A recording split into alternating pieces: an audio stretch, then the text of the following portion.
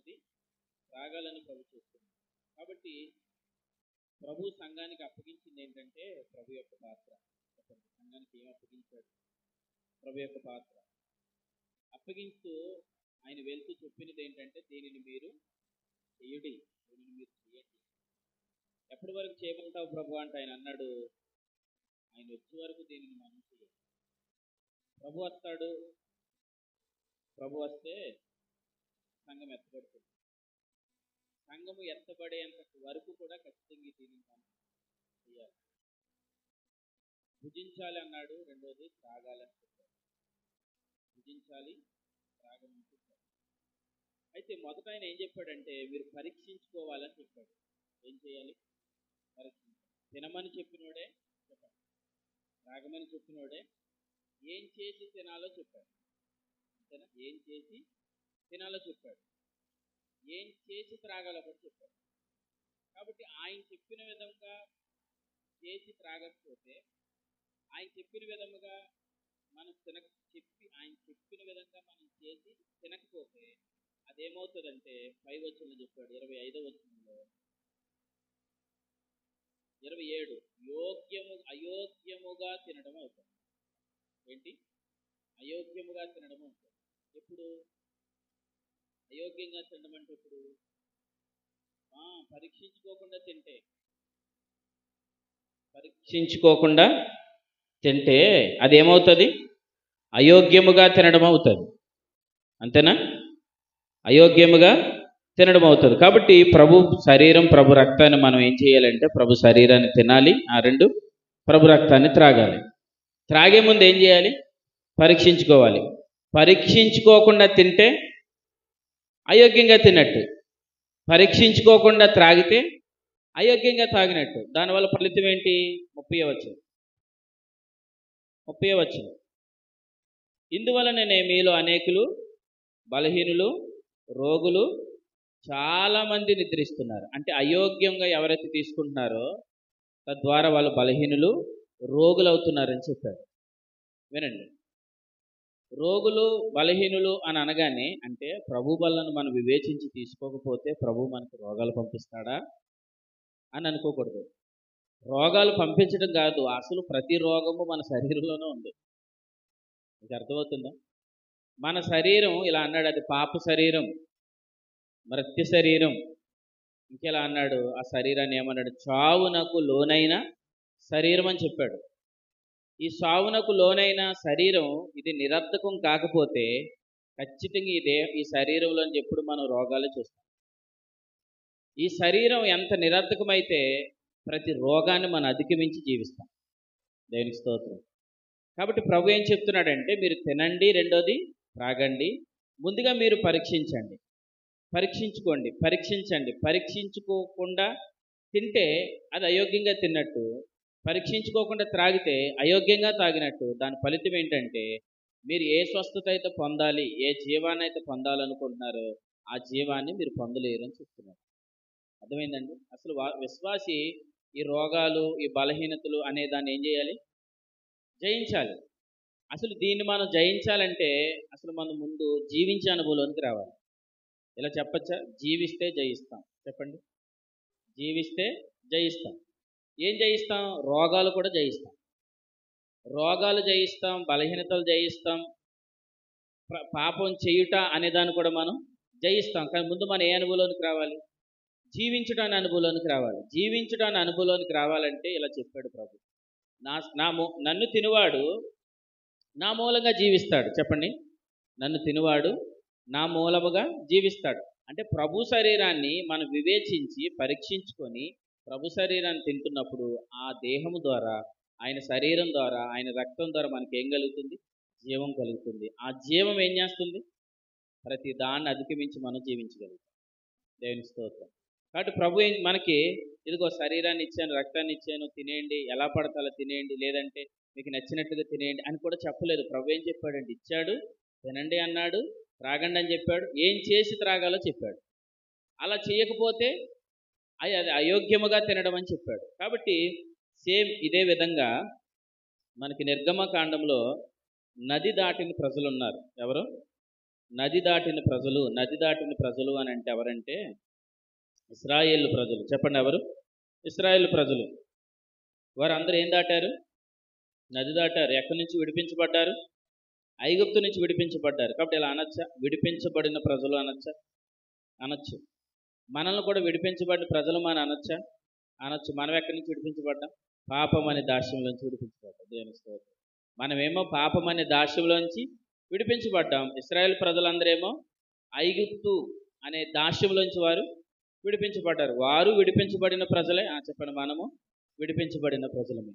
మనతో ఏం చెప్తున్నాడు? ఇదిగో నా శరీరం తినండి, నా రక్తం త్రాగండి. కానీ త్రాగే ముందు పరీక్షించుకోండి. ఎలా తినాలో చెప్పాడు. అంతేనా? తినమన్నాడు, త్రాగమన్నాడు. కానీ ఎలా తినాలో చెప్పాడు, ఎలా త్రాగాలో చెప్పాడు. సేమ్ ఇదే విధంగా ఇశ్రాయేలు ప్రజలు ఐగుప్తు నుంచి బయటకు వచ్చినప్పుడు వారిని పస్కాను భుజించమని చెప్పాడు. చెప్పండి, ఏం తినమన్నాడు? పస్కాను భుజించమని చెప్పాడు. ఎలా తినమన్నాడు? చూడండి, నిర్గమకాండము 12వ అధ్యాయం 11వ వచనం. నిర్గమకాండం 12వ అధ్యాయం 11వ వచనం. మీరు దానిని తినాలి. మీరు దాన్ని ఏం చేయాలి? తినాలి. తినాలని చెప్పి మళ్ళీ ఏం చెప్తున్నాడు? తినవలసిన విధమేమనగా అంటున్నాడు. తినాలి అని చెప్పాడు. చెప్పండి, తినవలసిన విధము అంటే ఎలా తినాలో చెప్తున్నాడు. చెప్పండి, చదవండి. మీ నడుము కట్టుకోవాలి, మీ చెప్పులు తొడుక్కోవాలి, మీ కర్రను చేత పట్టుకోవాలి, త్వరపడుచు దానిని మీరు తినాలి. ఇందుకు దీని పేరేంటి? ఇది యెహోవాకు పస్కా బలి అని చెప్పాడు. అర్థమైందా? అంటే వాళ్ళని ఏం చేయమన్నాడు? పస్కాను ఆచరించండి అన్నాడు. పస్కాలో వధించబడేది ఏంటి? గొర్రెపిల్ల. ఇప్పుడు ఆ గొర్రెపిల్లని వీళ్ళు ఏం చేయాలి? భుజించాలి, తినాలి. తినమని చెప్పినాడు. మళ్ళీ ఏం చెప్తున్నాడు? చెప్పాలి. ఎలా తినాలో చెప్తున్నాడు. దేవుని స్తోత్రం. తినమని చెప్పాడు, ఎలా తినాలో చెప్తున్నాడు. అలా తినకపోతే అది అయోగ్యంగా తిన్నట్టు అవుతుంది. అయోగ్యంగా తినడం వల్ల ఏం కలుగుతుంది? నష్టం ఏంటి? బలహీనులు, రోగులు నిద్రిస్తారు. దీని అంతటికో పేరు పెట్టండి. శాపగ్రస్తులు. ఇంకా జీవాన్ని అనుభవించకపోవడం కదా. అంతేనా? నన్ను తినవాడు నా మూలంగా జీవిస్తాడు. అయోగ్యంగా తినడం వల్ల ఏం కలుగుతుంది? మనం జీవాన్ని అనుభవించకపోవడమే కీడు. అంతేనా? జీవాన్ని అనుభవించకపోవడమే కీడు. అలాగే ఇప్పుడు ఇశ్రాయేల్ ప్రజలతో కూడా ఆయన ఏం చెప్తున్నాడంటే, ఇదిగో మీరు తినండి అని చెప్పిన తర్వాత ఏమన్నాడు? ఎలా తినాలో చెప్తున్నాడు. ఎలా తినాలంటే నడుము కట్టుకోవాలి. చెప్పండి, ఏంటి? నడుము కట్టుకోవాలి. రెండోది, చెప్పులు తొడుక్కోవాలి. నిజంగా ఇలా వినండి. భోజనం తిన్నప్పుడు ఎవరైనా చెప్పులు తొడుక్కుంటే ఏమంటారు? చెప్పులు వేసుకొని భోజనం తిన్నాడు అనుకోండి, ఏమంటారు? అసలు నీకు బుద్ధి ఉందా? భోజనం తినేటప్పుడు చెప్పులు వేసుకుంటారా అని అంటారు. అంతేనా? కానీ ఇక్కడ ప్రభువే చెప్తున్నాడు. ఏమంటున్నాడు? మీరు చెప్పులు తొడుక్కోవాలి అని అన్నాడు. రెండోది, భోజనం చేసినప్పుడు బెల్ట్ లూజ్ చేసుకుంటారు, చేసుకోరా? చేసుకున్నావు కదా నువ్వు. భోజనం చేసినప్పుడు ఖచ్చితంగా చాలామంది ఏం చేస్తారు? బెల్ట్ లూజ్ చేసుకుంటారు. కానీ వీళ్ళని ఏం చెప్తున్నాడు? కట్టేసుకోమన్నాడు గట్టిగా. నడుమేమో గట్టిగా కట్టేసుకోవాలి, కాలుకేమో చెప్పులు తొడుక్కోవాలి, చేతితోనేమో కర్ర పట్టుకోవాలి. ఎలా తినాలి? తీరుబాటుగా తినడానికి లేదు, త్వరపడుతూ తినేయాలి. అర్థమైందా? కానీ ఏం చెప్తున్నాడు ఇంతకీ? దీని భావం ఏంటని మనం ఆలోచిస్తే దీంట్లో 2 భాగాలు చూద్దాం. మిగిలిన సంగతులు తర్వాత నేర్చుకుందాం. తినవలసిన విధమేమని చెప్పి ఇలా అంటున్నాడు. 1, నడుము కట్టుకోవాలి. 2, చెప్పులు తొడుక్కోవాలి. అందరూ చెప్పండి మాట. నడుము కట్టుకోవాలి, 2 చెప్పులు తొడుక్కోవాలి. ఇది చెయ్యాలి, చేస్తూ తినాలి. అలా చేస్తూ తింటే వాళ్ళకి ప్రయోజనం. అంతేనా? ఆయన తినమన్నాడు. తర్వాత తినమన్నాడు, ఎలా తినాలో చెప్పాడు. అలా తింటే దానివల్ల వాళ్ళకి ఏముంది? ప్రయోజనం ఉంది. ఒక మాటలో ప్రయోజనం ఉంది. సేమ్ మనతో కూడా ఏం చెప్పాడు? తినమని చెప్పాడు, త్రాగమని చెప్పాడు. ఆ తర్వాత ఎలా తినాలో, ఎలా త్రాగాలో చెప్పాడు. అలా చేస్తే మీకు ప్రయోజనం అని చెప్పాడు. అర్థమైందా? కాబట్టి ఇప్పుడు ఇశ్రాయేల్ ప్రజల దగ్గరికి వెళ్ళి మనం ఆలోచిస్తే వాళ్ళతో ఏం చెప్పాడంటే, మీరు నడుము కట్టుకోండి, చెప్పులు తొడుక్కోమని చెప్పాడు. అసలు నడుము కట్టుకోవడం అంటే ఏంటి? రెండోదిగా, జోడు తొడుక్కోవడం అంటే అర్థం ఏంటి అన్నది మనం జాగ్రత్తగా ఆలోచిస్తే అసలు నడుము కట్టుకోవడం, నడుము అంటే ఏం చెప్తుంది? జోడు తొడుక్కోవడం అంటే ఏం తెలియజేస్తుంది? పేతురు రాసిన మొదటి పత్రిక. నడుము కట్టుకొని తినాలి అన్నాడు కదా. రెండోది చెప్పులు కుట్టుకొని తినాలి కదా. ఏం చెప్తున్నాయి ఇంతకి? నడుము అంటే ఏంటి? పేతురు రాసిన మొదటి పత్రిక, పేతురు రాసిన మొదటి పత్రిక మొదటి అధ్యాయం 13వ వచనం. పేతురు రాసిన మొదటి పత్రిక మొదటి అధ్యాయం 13వ వచనం. కాబట్టి మీ మనస్సు అను నడుము కట్టుకొని దేవునికి స్తోత్రం. ఇప్పుడు చెప్పండి, ఇంతకు నడుము కట్టుకోవడం అంటే నడుము అంటే ఏంటి? మనస్సు. నడుము అంటే ఏంటి? మనస్సు. మీకు ఎలా చెప్తాను. నడుము అంటే మధ్య భాగం. నడుము అంటే ఏంటి? మధ్య భాగం. శిరస్సుకి పాదాలకి మధ్యలో ఉన్నదాన్ని ఏమంటారు? నడుము అని అంటారు. నడుము బాగుంటేనే మనిషి బలంగా ఉన్నట్టు. నడుప్రాయంలో ఉన్నాడండి అని అంటారు. నడుప్రాయంలో ఉన్నాడంటే అర్థం ఏంటి? బలవంతుడు అని చెప్తారు. ఇప్పుడు ఎలా చెప్తారు? ఆత్మకు శరీరానికి మధ్యలో ఉన్నది ఏంటి? మనస్సు. ఆత్మకు శరీరానికి మధ్యలో పనిచేసేది మనసు, శిరస్సుకి పాదాలకు మధ్యలో పనిచేసేది నడుము. నడుము ఎంత బాగుంటే అంత స్థిరంగా ఉంటాం. మనసు ఎంత బాగుంటుందో అంత స్థిరంగా ఉంటుంది. అర్థమైందా? కాబట్టి ప్రభు ఏం చెప్తున్నాడంటే నడుము అని మనస్సు, నడుము అనే మనస్సు అంటే భోజనం తిన్నప్పుడు మీరు నడుము కట్టుకోండి అంటే అర్థం ఏంటి? మంచి మనస్సు కలిగి ఉండండి అని అర్థం. మంచి మనస్సు కలిగి ఉండండి అని అర్థం. చెప్పండి, ఏంటి నడుము కట్టుకోవడం అంటే అర్థం ఏంటి? మంచి మనస్సు. అంటే బల్ల దగ్గరికి వస్తున్నాం. మనం బల్లను భుజించే ముందు మంచి మనస్సుతో బల్లను మనం భుజించాలి. చెప్పండి, ఇలాగా మంచి మనస్సుతో, మంచి మనస్సుతో మన బల్లను భుజించాలి. ఒకటి. రెండోది ఏం చెప్పాను? చెప్పులు తొడుక్కోవాలి. చెప్పులు తొడుక్కోవడం అంటే ఏంటి? లూకా సువార్త, లూకా గారు రాసిన సువార్త 15వ అధ్యాయం 20వ వచనం చూడండి. లూకా సువార్త 15వ అధ్యాయం 20వ వచనం. వాడు ఇంకను దూరముగా ఉన్నప్పుడు తండ్రి వానిని చూచి కనికరపడి పరిగెత్తి వాడి మెడ మీద పడి, మెడ మీద పడి ఏం చేశాడు? ముద్దు పెట్టెను. అప్పుడు ఆ కుమారుడు అతనితో, తండ్రి, మెడ మీద ఏం పెట్టాడు? ముద్దు పెట్టాడు కదా. తర్వాత 22వ వచనం.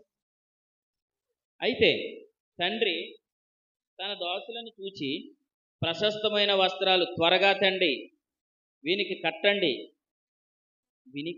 వీని చేతులకి ఉంగరము పెట్టండి, పాదాలకు చెప్పులు తొడగండి. దేవునికి స్తోత్రం.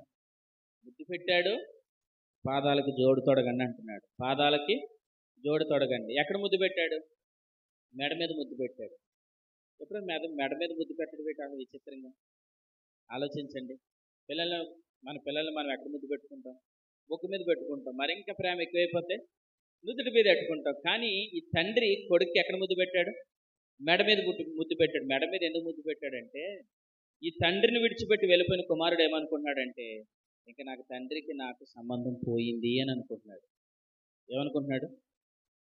తండ్రితో నాకున్న సంబంధం పోయింది అని అనుకుంటున్నాడు. చెప్పండి, తండ్రితో ఉన్న సంబంధం అనేది పోతుందా? హర్ష ఇప్పుడు ఎక్కడున్నా? నాన్నగారి పేరు ఏం పోతుంది? నారాయణ. ఇప్పుడు ఎక్కడున్నా కొడుకే. అమెరికా వెళ్ళాడు అనుకోండి చదువుల నిమిత్తం, చెప్పండి, కొడుకే. దుబాయ్ వెళ్ళాడు అనుకోండి, అండమాన్ దీవులకి వెళ్ళాడు అనుకోండి, చెప్పండి, 10 సంవత్సరాలు పోయిన తర్వాత వచ్చాడు అనుకోండి, బంధం పోతుందా? బంధం అనేది ఎప్పటికీ పోయేది కాదు. కానీ ఈ కుమారుడు, తండ్రిని విడిచిపెట్టి వెళ్ళిపోయిన కుమారుడు ఏమనుకుంటున్నాడు? బంధం పోయింది, ఇంకా నేను ఇలాగ అంటాడు. ఏమంటాడు? అసలు నా తండ్రి దగ్గరికి వెళ్ళి కనీసం కూలివానిగానైనా బ్రతుకుదామని అంటాడు. ఏమంటాడు చెప్పండి అన్నమాట? చూడండి అన్నమాట. 18వ వచనం. 18 చదవండి. నేను లేచి నా తండ్రి వద్దకు వెళ్తాను. ఎక్కడికి వెళ్తాడు? తండ్రి దగ్గరికి వెళ్తాడు. అప్పుడు 19వ వచనం. ఇక మీదట నీ కుమారుని అని అనిపించుకొనుటకు నాకు అంటే ఏం పోయింది అనుకుంటున్నాడు? కుమారుడు అని అనిపించుకోవడానికి ఇంక నాకేం లేదు, యోగ్యత లేదు అని అన్నాడంటే బంధం ఉందన్న పోయిందని. అన్న ఎబినేజర్ వింటున్నారు? మీరు ఎక్కడో ఆలోచిస్తారు. మీ ఆలోచనలన్నీ కూడా ప్రభు నేసినాములు ప్రభు సంపూర్తి చేస్తాడు, సమృద్ధి చేస్తాడు, పరిష్కారం ఇస్తాడు. మీరు వాక్యం, మీ మనసంతా దేవుని వాక్యం మీద ఉంటుంది కాదు. కాబట్టి వినండి, ఎందుకంటే వాక్యం ప్రాముఖ్యమైంది. వాక్యం వెల్లడి కాగానే అది వెలుగు కలిగిను అని అన్నాడు. వెల్లడి కాగానే ఏం కలిగింది? వెలుగు కలిగింది. నిన్న మంది ఒకసారి వచ్చింది చూసారు మీరు? వెలుగు కలిగిన ఆ వెలుగు సమస్త చీకటిని ఖండించెను. ఆ ఖండించే బాబతులో శ్రమ, విరుపు, ఇబ్బంది, వేదన సమస్తాన్ని ఖండిస్తుందని ఒక చాట్ వచ్చింది, మీరు చూడలేదా? దాంట్లో ఉంటుంది, వెలుగు ఎప్పుడైతే వచ్చిందో ఆ వెలుగు సమస్త చీకటిని ఖండిస్తుంది. వెలుగు చీకటిని ఏం చేసుకుంటూ వెళ్ళిపోద్ది? ఖండించుకుంటూ వెళ్ళిపోద్ది. ఆ వెలుగు ఏంటో కాదు, దేవుని వాక్యం, వాగ్దానం. ఎప్పుడైతే వాగ్దానం వెల్లడవుతుందో ప్రతి చీకటి, ప్రతి సమస్య, ప్రతి ఇరుకు, ప్రతి ఇబ్బంది ఏదైతే మనం అనుకుంటామో ప్రతి దాన్ని అది ఖండించుకుంటూ వెళ్ళిపోతాం. వాక్యము వెల్లడవు కాగానే వెలుగు కలిగెను. ఆ వెలుగు సమస్త చీకటిని ఖండించారు. దేవునికి స్తోత్రం. కాబట్టి మీ ఆలోచనలన్నిటినీ ఆ వెలుగు ఖండించింది కాదు. కాబట్టి మీరు వాక్యం మాత్రం శ్రద్ధగా వినండి. అయితే ఇక్కడ ఏమంటున్నాడు కుమారుడు? నేను నా తండ్రి దగ్గరికి వెళ్తాను. వెళ్ళి 19వ వచనం చదవండి. ఇక మీదట నేను కుమారుణ్ణి అని అనిపించుకోవడానికి నాకేం లేదు, యోగ్యత లేదు. నన్ను నీ కూలివానిగా కూలివానిలో ఒకరిలో ఒకనిగా పెట్టుకోమని అతనితో చెప్పుదుననుకొని, అతనితో చెప్పుదుననుకొని. ఇంతకు ఎవరితో? తండ్రితో. అంటే తండ్రి అనేది అడగడానికి కూడా అతనికి ఏం లేదక, యోగ్యత కోల్పోయానని అనుకుంటున్నాడు. అంటే ఇంక నా తండ్రి దగ్గరికి వెళ్తాను, తండ్రి అని పిలవడానికి కూడా నాకేం లేదుక, అర్హత లేదు. కుమారుడు అనిపించుకోవడానికి నాకేం లేదు, యోగ్యత లేదు. కాబట్టి నేను వెళ్తాను, కొడుకుగా కాదు కనీసం కూలోడుగానైనా నేను ఆయన దగ్గర ఉంటానని అనుకున్నాడు. ఆ మనసుతో వచ్చాడు, ఆ మనస్సాక్షితో వచ్చాడు. ఎవరి దగ్గరికి? తండ్రి దగ్గరికి. అది గుర్తించిన తండ్రి ఏం చేశాడు? వెంటనే మెడ మీద ముద్దు పెట్టు, రే నువ్వెప్పటికీ నా సన్ అని చెప్పాడు. నువ్వెప్పటికీ నా కుమారుడివే, నువ్వెప్పటికీ నా కుమారుడివే అని అనడానికి ఎక్కడ ముద్దు పెట్టాడు? మెడ మీద ముద్దు పెట్టాడు. మెడ మీద ముద్దు పెట్టి ఏం చేశాడు? వెంటనే చెప్పులు తీసుకొని రండి, ఇతని పాదాలకి తొడగండి. అంటే అర్థం ఏంటంటే చెప్పులు ఏం చెప్తున్నాయంటే మనము దేవుని కుమారులం. చెప్పండి, చెప్పులు ఏం చెప్తున్నాయి? కుమారులం. మనం ఎవరం? దేవుని కుమారులు. మీకు మాట చెప్పనా? మోసేతో సీనాయి ఒక పర్వతం దగ్గర అగ్నిపొద కనబడింది కదా, ఆ పొద దగ్గర మోసేతో దేవుడు ఏం చెప్పాడు చెప్పండి? చెప్పులు విడవండి అని అన్నాడు. కానీ ఇక్కడ కుమారుని ఏం చేయమంటున్నాడు? చెప్పులు తొడగండి అని చెప్తున్నాడు. దేవునికి స్తోత్రం. మోసే కుమారుడు కాదు, మోసే కేవలం పరిచారకుడు మాత్రమే. కానీ మనం ఎవరం? పరిచారకులం కాదు, మన దేవునికి కుమారుడు. దేవుని స్తోత్రం. అందుకు మనల్ని ఏమంటున్నాడు? మీరు చెప్పులు తొడగండి అని అన్నాడు, అక్కడేమో చెప్పులు విడమని చెప్పాడు. ఎందుకంటే ఏం కాదు చెప్పండి, మనతో ఆయన బంధం ఎప్పటికీ పోయేది కాదు. కాబట్టి ఆయన ఎలా చెప్తున్నాడు? చెప్పులు తొడిగి మీరు తినాలి. రెండోది, మీ నడుము కట్టి తినాలి. అంటే అర్థం ఏంటంటే మీరు ప్రభు శరీరాన్ని తింటున్న ప్రతిసారి మీరు ఎలా అనుకోవాలి? నేను ఆయన కుమారుణ్ణి అనే మనస్సాక్షితో తినాలి. అర్థమైందా? నేను ఆయన కుమారుణ్ణి అనే మనస్సాక్షితో తినాలి. ఎప్పటికీ నాకు ఆయనకి ఈ సంబంధం అనేది పోయేది కాదు. నేను సదాకాలానికి ఒక్క అర్పణ చేత, చెప్పండి, సదాకాలానికి నేను ఎవరిని? సంపూర్ణుణ్ణి. సదాకాలానికి నేను పరిశుద్ధ పరచబడ్డాను, క్రీస్తు రక్తము చేత నేను కడగబడ్డాను, నేను నీతిమంతుని, నేను కుమారుణ్ణి అనే మనస్సుతో మనం తీసుకోవాలి. దేవునికి స్తోత్రం. కాబట్టి నడుము అని అనగానే అది మనస్సు, అంటే మంచి మనస్సుతో తినాలి. రెండు, చెప్పండి, కుమారుణ్ణి అనే నిశ్చయతో తినాలి. అలా తిన్నవారికి అది ఏమవుతుంది? ప్రయోజనం.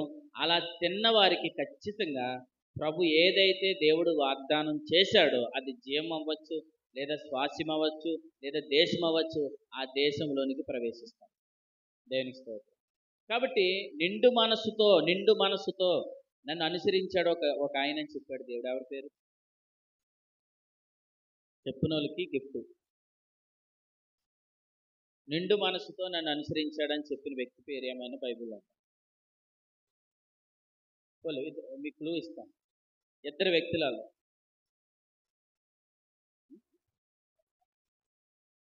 దేవునికి స్తోత్రం. దేవుడు నేను దీవించింది కాదు, నువ్వు కంగారు పడ్డావు అనుకున్నాను, కానీ బండి లైన్లోనే. యెహోషువ, కాలేబు. కాలేబు కొరకు ప్రభు ఏం చెప్తున్నాడు చూడండి. సంఖ్యాకాండం.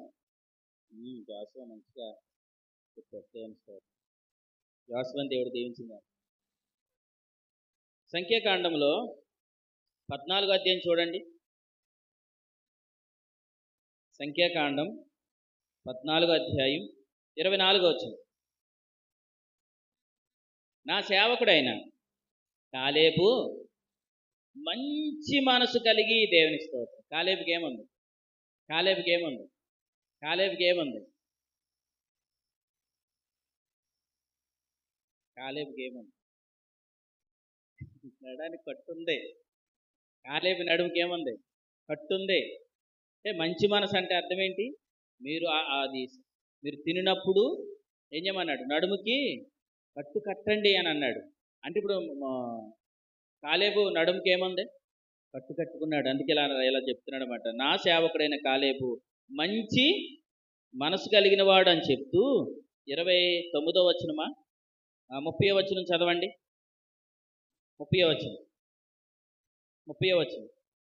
యెఫున్నె కుమారుడైన కాలేబును, తర్వాత నూను కుమారుడైన యెహోషువ తప్ప మిమ్మును నివసింపజేయుదునని నేను ప్రమాణము చేసిన దేశమందు మీలో ఎవరునూ ప్రవేశింపరు, ఇది నిశ్చయం అని చెప్పాడు. అంటే ఎవరు ప్రవేశిస్తారని చెప్పాడు? యెహోషువ, కాలేబు ఇద్దరు మాత్రమే ప్రవేశిస్తారు. మిగిలిన వారెవ్వరూ ఆ దేశంలోనికి ప్రవేశించరు, లేదా ఆ జీవంలోనికి ప్రవేశించరు, ఆ శ్వాసంలోనికి ప్రవేశించరు అని చెప్పాడు. ఎవరెవరు వెళ్తారంట? కాలేబు, యెహోషువ. వినండి, కాలేబు అనగానే మంచి మనసు, యెహోషువ అనగానే మంచి మనస్సాక్షి. చెప్పండి ఏంటి? కాలేబు అంటే ఏంటి? మంచి మనసు. యెహోషువ అంటే మంచి మనసాక్షి. ఇలా అన్నాడు ప్రభు, వీళ్ళిద్దరు మాత్రమే ఆ దేశంలోనికి ప్రవేశిస్తారు, ఇది నిశ్చయం అని ఇలాగ అన్నాడు. వారు ఇరువురు మాత్రమే ఆ దేశానికి ప్రవేశిస్తారు. దేవునికి స్తోత్రం. అంటే ఇప్పుడు మేలు పొందారా లేదా? పొందారు. ఎలా పొందారు? ఎలా తినమని చెప్పాడో చెప్పండి, అలా వారు భుజించారు. అంటే తినండి. ఆ రెండోది ఏమన్నాడు? ఎలా తినాలో చెప్పాడు. ఆ విధంగా మనం భుజిస్తే దాని ద్వారా కలిగే ప్రయోజనాన్ని మనం అనుభవిస్తామని చెప్పాడు. ఇప్పుడు యెహోషువ, కాలేబులు ఏం చేశారు? తిన్నారు. ఎలా తినమని చెప్తున్నాడో అలాగే తిన్నారు. తద్వారా వాళ్ళు ఏమనుభవించారు? మేలు అనుభవించారు. ఆ మేలేంటి? వారు జీవంలోనికి ప్రవేశించారు, శ్వాసంలోనికి వాళ్ళు ప్రవేశించారు, మేలు వాళ్ళు పొందారు, ప్రయోజనం వారు పొందారు. దేవునికి స్తోత్రం. అర్థమైందా? కానీ మరి మిగతా వారు చెప్పండి, మిగతా వాళ్ళు ఏమయ్యారు? చూడండి ఒకసారి, మిగతా వాళ్ళు ఏమయ్యారు? యోహాను సువార్త 6వ అధ్యాయం. యోహాను సువార్త 6వ అధ్యాయంలో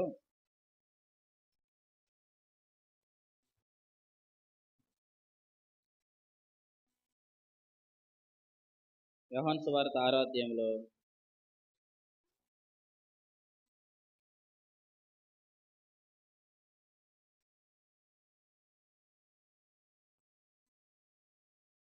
తీసారమ్మా, 6వ అధ్యాయం 32 చూడండి. అరణ్యంలో చనిపోయిరి అని అంటుంది చూడండి.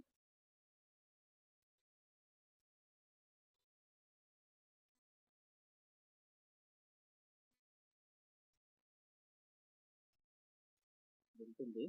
సరే, ఎబ్రీ పత్రిక రండి. ఎబ్రీ పత్రికలో ఉంటుంది. ఎబ్రీలకు రాసిన పత్రిక 3వ అధ్యాయం 17వ వచనం. ఎబ్రీ పత్రిక 3వ అధ్యాయం 17వ వచనం. ఎవరి మీద 40 ఏండ్లు ఆయన కోపగించెను, వారి శవములు అరణ్యములో ఏమైపోయాయండి? రాలిపోయారు. మిగతా వారందరూ ఏమయ్యారు? అరణ్యములో రాలిపోయారు. రాలిపోయారు అని అక్కడ పుట్టినోట్లు ఏమైనా అర్థం ఉందో చూడండి. అవయవములు చెప్పండి ఏంటి? అవయవాలన్నీ ఏమయ్యాయి? అరణ్యములో రాలిపోయాయి. తర్వాత ఇదే మాటను మనం కొరింథీ మొదటి పత్రిక 10వ అధ్యాయం 5వ వచనంలో చూస్తే, కొరింథీయులకు రాసిన మొదటి పత్రిక 10వ అధ్యాయం 5వ వచనం. అయితే వారిలో ఎక్కువ మంది దేవునికి ఇష్టలుగా ఉండకపోయిరి. చెప్పండి, ఎలా ఉండకపోయారు? ఎక్కువ మంది దేవునికి ఇష్టలుగా ఉండకపోయారు. మరి దేవునికి ఇష్టలుగా ఎవరు ఉన్నారు? యెహోషువ, కాలేబులు ఉన్నారు. మరి మిగతా వాళ్ళు దేవునికి ఇష్టలుగా లేరు. మరి వాళ్ళందరూ ఏమయ్యారు? తర్వాత చూడండి, అరణ్యంలో సంహరించబడ్డారు. యోహాను సువార్తలేనేమో వారు చనిపోయారని చెప్పాడు. కొరింథీ మొదటి పత్రిక 10వ అధ్యాయంలోనేమో సంహరించబడ్డారని చెప్పాడు. ఎబ్రీ పత్రిక 3వ అధ్యాయం 17వ వచనంలోనేమో చెప్పండి, రాలిపోయారని చెప్పాడు. ఇంకొక మాట కూడా చెప్పాడు వీళ్ళ కోసం. యోధా పత్రిక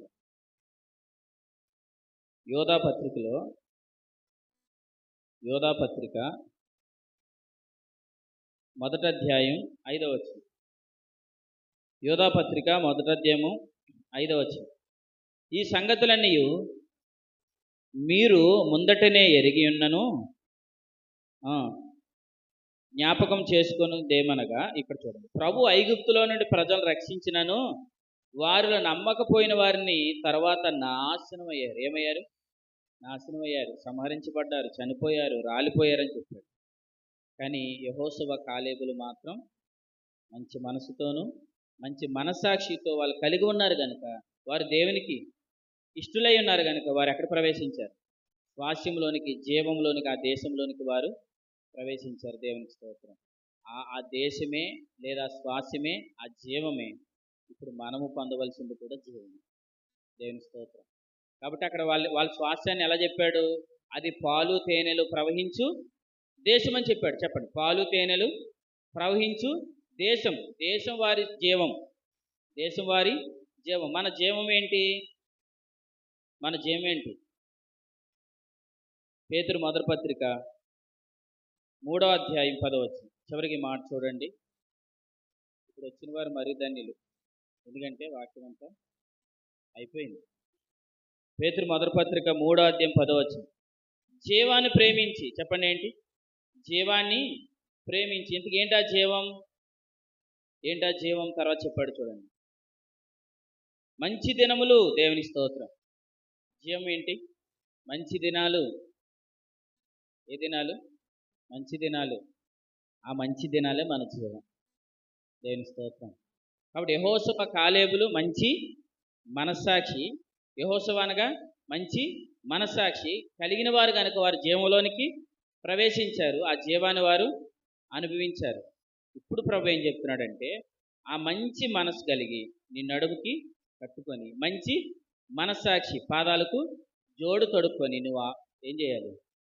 ప్రభు శరీరాన్ని, ప్రభు రక్తాన్ని నువ్వేం చేయాలి? భుజించాలి. ఎప్పుడైతే భుజిస్తామో మన జీవంలోనికి ఏం చేస్తాం? ప్రవేశిస్తాం. ఆ జీవం ఏంటి? మంచి దినాలు. దేవునికి స్తోత్రం. కాబట్టి ఇలా అనుకోకూడదు. మనం ఏమనుకోకూడదు అంటే, నాకు ఇంక మంచి దినాలు, చెప్పండి, ఏమనుకోకూడదు? మంచి దినాలు లేవనుకోకూడదు. కానీ ప్రభులు అంటున్నాడు, రాబోవన్నీ మంచి దినాలు. మీరు నమ్మితే రాబోవన్నీ మంచి దినాలు. దేవుని స్తోత్రం. దాన్ని నేను ఎలా చెప్తున్నానంటే, ఎబ్రీలకు రాసిన పత్రిక, నమ్మితే నువ్వు మహిమను చూదువుగాక. ఎబ్రీ పత్రిక 9వ అధ్యాయం 11వ వచనం అన్నాడు చూడండి. ఎబ్రీలకు రాసిన పత్రిక 9వ అధ్యాయం 11వ వచనం. రాబోవుచున్న మేలులు అన్నాడు. ఏంటి? రాబోవుచున్న మేలులు. దాని పేతురు మొదటి పత్రిక 3వ అధ్యాయం 9లో ఏం చదివాం? మంచి దినాలు. ఇప్పుడు చెప్పండి, రాబోవన్నీ మంచి దినాలే అన్నా. ఎవరినిదిరా? రాబోవన్నీ మంచి దినాలే. కీడు చూస్తామేమో అని మనం భయపడవలసిన పనేమీ లేదు. ఏదైనా కీడు జరుగుతుందేమో మనం భయపడవలసిన పనేమీ లేదు. ఎందుకంటే రాబో దినాలన్నీ మంచి దినాలు. ధైర్యంగా చెప్పుకోండి, నాకు రాబో దినాలన్నీ మంచి దినాలు. ఆ జీవాన్ని మనం అనుభవిస్తే మంచి దినాలు చూస్తాం. అంతేకాదు, అవయవాల్లో కూడా సత్తువును చూస్తాం. వారి అవయవాలు ఏమయ్యాయి? రాలిపోయాయి. అవయవాలు ఏమయ్యాయి? రాలిపోయాయి. కానీ వినండి, యెహోషువ, కాలేబు అవయవాలు ఏమయ్యాయి తెలుసా? ప్రతిరోజు జీవాన్ని పొందుకున్నాయి. ఏం పొందుకున్నాయి? జీవాన్ని పొందుతూ అంటాడు కాలేబు అంటాడు, ఇప్పటికైనా నేను యుద్ధానికి వెళ్తానంటాడు. అప్పుడు అంటారు, నాయకుడు అంటాడు, ఈ వయసులో నువ్వు యుద్ధానికి వెళ్ళలేవు, నీకు 80 సంవత్సరాల వయసు వచ్చింది, 80 సంవత్సరాలు నువ్వు యుద్ధానికి ఏమి వెళ్ళగలవా అని అంటే అప్పుడు అంటాడు, లేదు లేదు, 40 సంవత్సరాల వయసులో నాకు ఏ బలం ఉందో 80 సంవత్సరాల వయసులో కూడా ఇప్పుడు నాకు అదే బలం ఉందని చెప్పారు. దేనికి స్తోత్రం. కానీ మిగిలిన అవయవాలన్నీ ఏమయ్యాయి? రాలిపోయాయి. కానీ కాలేబు అవయవం రాలలేదు. అంటే అర్థం ఏంటి? దినదినానికి సత్తువ కలిగింది. దేవునికి స్తోత్రం. దినదినానికి సత్తువ కలిగింది. మనం ఇలా అనుకోకూడదు ఏంటంటే ఆల్రెడీ చాలా వయసు అయిపోయింది, నాకు బలహీనత వచ్చేస్తుందేమో అని, ఏదైనా బలహీనత వస్తుందేమో, లేదంటే ఏదైనా రోగం వస్తుందేమో, నాకేమైనా జరుగుతా, అసలు నువ్వు ఊహించవలసిన పని ఏం లేదు. ఎందుకంటే ప్రభు చెప్తున్నాడు, కాలేబు 80 సంవత్సరాల వయసులో 40 సంవత్సరాల బలం ఎలాగైతే కలిగి ఉన్నాడో వినండి, మన సత్తువు కూడా దేవుడు ఇస్తాడు. అర్థమైంది? కాబట్టి చెప్పండి, రాబో దినాలన్నీ మంచి దినాలనండి. మీ పేరెట్టి మరి అనండి, నాకు రాబో దినాలన్నీ అవి మంచి దినాలే. ఆ దినాల్లో అవయవాల్లో సత్తువు చూస్తాం, అవయవాల్లో సత్తువు చూస్తాం, నెమ్మదిని చూస్తాం, సమాధానాన్ని చూస్తాం. అర్థమైంది? అటువంటి కృప దేవుడు మీకు సమృద్ధిగా అనుగ్రహించిన గాక. మిగిలిన విషయాలు వచ్చేవారు మనం మరింత తెలుసుకుందాం. కాబట్టి నేను ప్రభుకు స్తోత్రాలు చెల్లిస్తున్నాను. మీరు కూడా ప్రభుని స్తుతిస్తూ స్తోత్రాలు చెల్లించి ప్రభు బలలో ప్రవేశించవలసిందిగా ప్రేమతో తెలియజేస్తాను. ఈ దినం ఏదైతే ప్రభు మాట్లాడాడో ఆ వచనాన్ని బట్టి, ఆ యొక్క లేఖనాలు బట్టి మీరు ప్రభుని స్తోత్రాలు చెల్లించండి. వెనకాల వచ్చిన వారు నేను స్తోత్రాలు చెల్లిస్తాను, దాని వెనకాల ఉన్న భావాన్ని దయచేసి మీరు గుర్తించండి. పరిశుద్ధుడైన తండ్రి, నమ్మదగిన దేవా, నీకు స్తోత్రాలు. ఇదిగో నా శరీరమును తిని నా రక్తమును మీరు త్రాగండి అని మీరు చెప్పారు. త్రాగే ముందుగా మీరు పరీక్షించండి అని చెప్పారు, పరీక్షించుకోండి అని చెప్పారు. అలా పరీక్షించి మేము తింటున్నప్పుడు యోగ్యముగా మేము తింటున్నామని చెప్పారు. అలా పరీక్షించకుండా మేము తింటే అది అయోగ్యముగా తిన్నట్టు అని చెప్పారు. ప్రభువా, తినమన్నారు, ఎలా తినాలో చెప్పారు. తినటం వల్ల మాకు ఏ ప్రయోజనం ఉందో మీరు నాకు తెలియచేసినందుకు మీకు స్తోత్రాలు. మీరు పస్కాను తినవలసిన విధమేమనగా అని ఇశ్రాయేలు ప్రజలతో మీరు చెప్పారు. ఇదిగో మీరు ఈ గొర్రెను మీరు భుజించినప్పుడు, ఈ మాంసమును మీరు భుజించినప్పుడు, పస్కాను మీరు భుజించినప్పుడు మీ నడుముకి కట్టుకొని మీ పాదాలకు జోడు తొడుక్కొని మీరు ఈ పస్కాను మీరు ఆచరించండి. అలా మీరు ఆచరిస్తే మీకు ప్రయోజనం అని చెప్పారు. అదేవిధంగా మనస్సు అనేది నడుమని, అయ్యా నాయన, అదే విధముగా పాదాలకు జోడు అనగానే కుమారుడు అనే మంచి మనస్సాక్షిని మీరు మాకు తెలియచేశారు.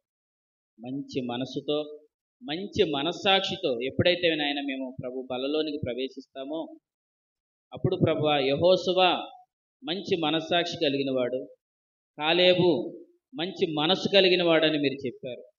వారు ఇరువురిని నాయన మీరు ఆ దేశంలోనికి ప్రవేశపెట్టారు, ఆ దేశంలోనికి నడిపించారు, జీవాన్ని అనుభవించేటట్లుగా చేశారు, వారు ప్రయోజనాన్ని అనుభవించారు. ప్రభువా, ఈ రాత్రి నాయన నాతో మీరు మాట్లాడారు. ఇదిగో నువ్వు ఈ విధముగా తిను, మంచి మనస్సాక్షితో తిను, మంచి మనస్సాక్షితో తిను, నీ నడుముకు కట్టుకొని పాదాలకు జోడు తొడుక్కొని వివేచిస్తూ నువ్వు శరీరాన్ని భుజించని మీరు మాకు చెప్పారు. అలా తినట ద్వారా మేము జీవంలోనికి ప్రవేశిస్తామని చెప్పారు.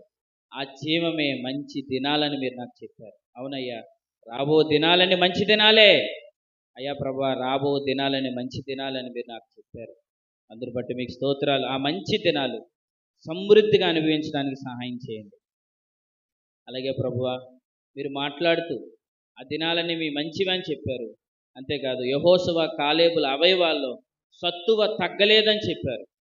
అలాగే నాయన మా అవయవాలు కూడా దినానికి సత్తువ పొందుకోవడానికి, దినానికి ఆ బలాన్ని పొందుకోవడానికి మీరే మాకు కృపనిస్తున్నారు. మీకు స్తోత్రాలు నాయన. ఈ రాత్రి మీరు మాతో మాట్లాడి సమృద్ధి అయిన నీ వాక్యం ద్వారా నా హృదయాన్ని తృప్తిపరిచినందుకు మీకు స్తోత్రాలు చెల్లిస్తూ, క్రీస్తు రక్తము ద్వారా నా పాపమును కడిగి నన్ను నీతిమంతునిగా తీర్చి నన్ను పరిశుద్ధునిగా చేసి నీ పాత్రలో చేయముంచే కృప మీరు నాకు అనుగ్రహించినందుకు స్తోత్రాలు చెల్లిస్తూ, ఈ స్తుతి మనవులు మా రక్షకుడును మీ ప్రియకుమారుడైన యేసు క్రీస్తు ప్రభుల వారి పేరట నీకు సమర్పిస్తున్నాను తండ్రి. ఆమేన్. స్తోత్రాలు చెల్లించాలనుకున్నవారు ఖచ్చితంగా మీరు చేయి చూపించండి, చేయి పైకెత్తండి. మీ యొద్ద